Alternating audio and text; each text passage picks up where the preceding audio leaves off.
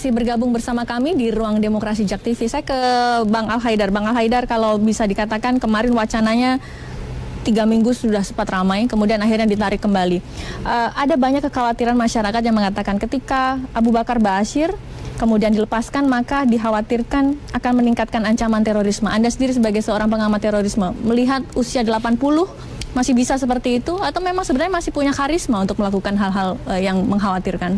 Ya, memang Ustadz Abu ini memang tokoh tokoh pemimpin karismatik jihad ya, yang terakhir Indonesia, yang dimiliki oleh Indonesia. Karena publik Muslim itu sebenarnya terutama dari kalangan radikal itu memang memiliki tokoh yang sangat terbatas.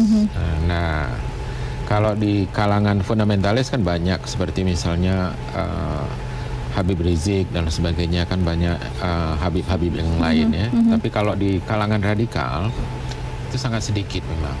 Jadi pilihannya memang yang terakhir ini adalah Ustadz Abu. Yang lain-lain sebelumnya kan Daud Beree, Kartosuwiryo, kemudian juga Kahar Muzakar, itu kan sudah pada syahid semua, sudah meninggal semua. Jadi yang tinggal ini adalah Ustadz Abu sekarang. Ustadz Abdullah Sungkar sudah meninggal juga.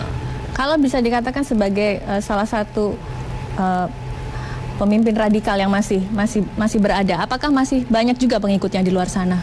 Ya, pengikutnya yang bersifat spiritual banyak ya, tapi yang bersifat komando, yang bersifat garis garis pengaruh langsung organisasional itu sudah tidak ada lagi, boleh dikatakan. Karena memang ada 3 persoalan perpecahan yang terjadi pada masa Ustadz Abu Bakar Ba'asyir ini, dan 3 persoalan itu membuat gerakan jihad itu memang cerai-berai.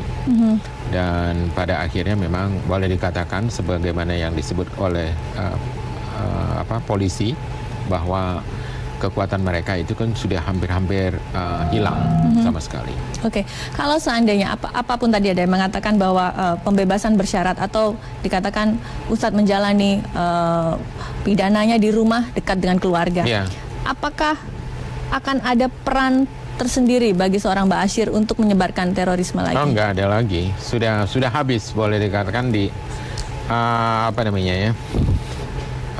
the decline. Jadi memang sudah habis, sudah tidak ada lagi pengaruh ininya. Perang terorisme kan bukan hanya sekedar mengangkat senjata, membiayai, tapi karisma ini kan juga tetap masih bisa ditularkan kepada pengikut-pengikutnya untuk bisa melakukan sesuatu kembali. Iya, tapi itu hanya ada di kalangan fundamentalis. Tapi kalau di kalangan radikal, kalangan teroris itu tidak ada seperti itu. Jadi dia tidak boleh ada hubungan-hubungan yang sifatnya spiritual.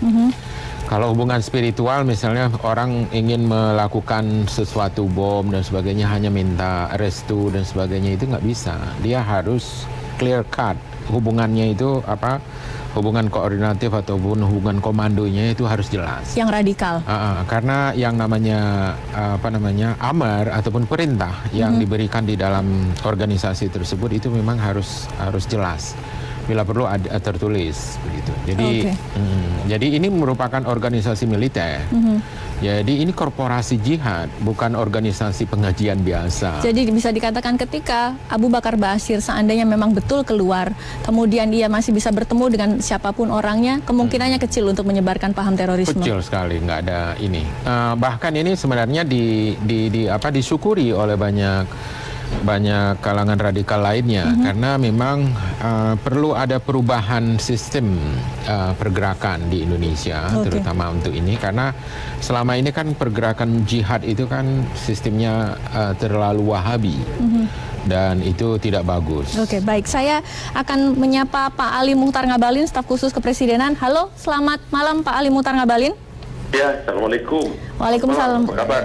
Waalaikumsalam warahmatullahi wabarakatuh. Sudah ditunggu oleh Pak Mihdan dan Pak Al-Haidar, namun tampaknya Anda terjebak macet, tidak bisa hadir ke studio Jak TV malam ini. Mihdan dan Bang Haidar, saya mohon maaf sekali, ampun. Pak Ngabalin, Pak, setelah ramai di media sekitar 2 atau 3 pekan terakhir, kemudian pemerintah menarik kembali wacana rencana pembebasan Abu Bakar Ba'asyir. Sebenarnya apa yang ada di pikiran pemerintah? Bukan, mungkin yang harus diluruskan narasinya adalah tentu kita berharap dari semua pemirsa maupun teman-teman di studio bahwa niat baik, niat suci ini menjadi doa dan perhatian kita semua. Cepat ataupun lambat juga kan proses ini akan terus berjalan tanpa seorang pun yang bisa menghalangi. Karena itu saya pikir narasi yang paling benar itu adalah mari kita berdiam sejenak, kemudian kita kasih kesempatan agar proses ini tetap berjalan dan niat suci yang saya maksudkan itu selain daripada memang ada hak-hak yang dimiliki oleh Al-Allamah Syekh Ustadz Abu Bakar Ba'asyir, tentu faktor niat kemanusiaan, narasi dan pikiran-pikiran yang disampaikan oleh banyak pihak, termasuk yang ada dalam pikiran Bapak Presiden Joko Widodo dan keluarga, ini harus menjadi sesuatu yang kita sikapi dengan ketulusan, dengan penuh kearifan, agar kita juga punya tanggung jawab untuk tetap memberikan pendidikan kepada publik dalam memahami satu masalah yang sama-sama kita ketahui berkali-kali di media sosial, di elektronik dan seluruhnya menjadi berita yang sangat luar biasa dibincangkan di tanah air. Karena itu Anda mengatakan bahwa tadi cepat atau lambat, artinya ini akan tetap dilaksanakan penangguhan atau pembebasan bersyarat Abu Bakar Ba'asyir?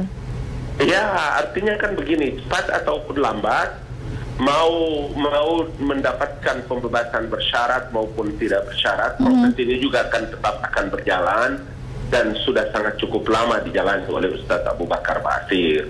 Saya pikir kalau beberapa pihak dan kalangan tidak menggoreng ini masalah, tentu juga kan sebagai pemerintah dalam hal ini negara memastikan bahwa ada hak-hak terpidana, ada hak-hak Ustadz Abu Bakar Ba'asyir yang harus diperhatikan menurut perintah undang-undang. Apakah itu nanti dia menjadi bebas bersyarat ataupun tidak, tentu itu menjadi hak dari Ustadz Abu Bakar Ba'asyir setelah menjalani masa hukumannya 2/3 dari apa yang ditetapkan. Jadi maksud saya cepat ataupun lambat juga akan selesai. Oke, itu pembebasan bersyarat Abu Bakar Ba'asyir adalah sebuah pilihan, tidak harus dilakukan, namun juga bisa dilakukan. Ada banyak yang mengatakan bahwa dengan membebaskan bersyarat Abu Bakar Ba'asyir, pemerintah seperti bermain dengan isu terorisme. Bagaimana mungkin isu terorisme itu tidak saja Indonesia yang memberikan.